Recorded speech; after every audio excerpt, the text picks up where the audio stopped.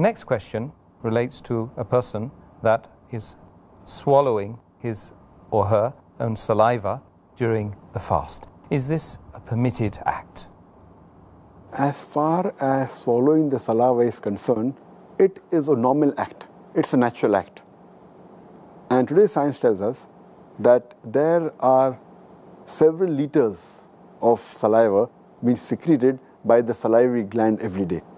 And it is normal, it's natural that the saliva, a human being gulps it down, he swallows it, and this can't be avoided.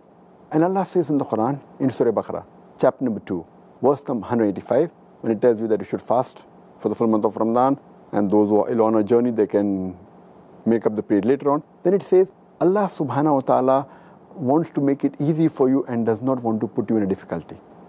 Allah says in Surah Hajj, chapter number 22, verse number 78, Allah subhanahu wa ta'ala does not want to give you hardship in your deen, in your religion.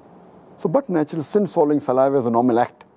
And I know that some people keep on frequently spitting out, and I have some of my friends who do that thinking it's haram to swallow, and they keep on spitting. And imagine if you have to do it the full day, you cannot even offer your salah properly.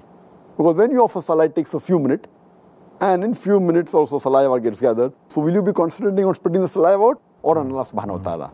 If you're reading the Quran, you'll have to keep on spitting outside, always. And I know some people who always keep maybe a container, always spitting out, not knowing the ruling.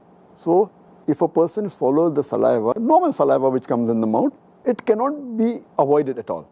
Same way a person, when he breathes the dust, which a person goes to a city which is polluted, and there's dust particles, and you breathe that, and some of it goes in your lungs, or it goes. So it's all this is permissible, because this is a normal day-to-day act, and these do not violate your fast at all.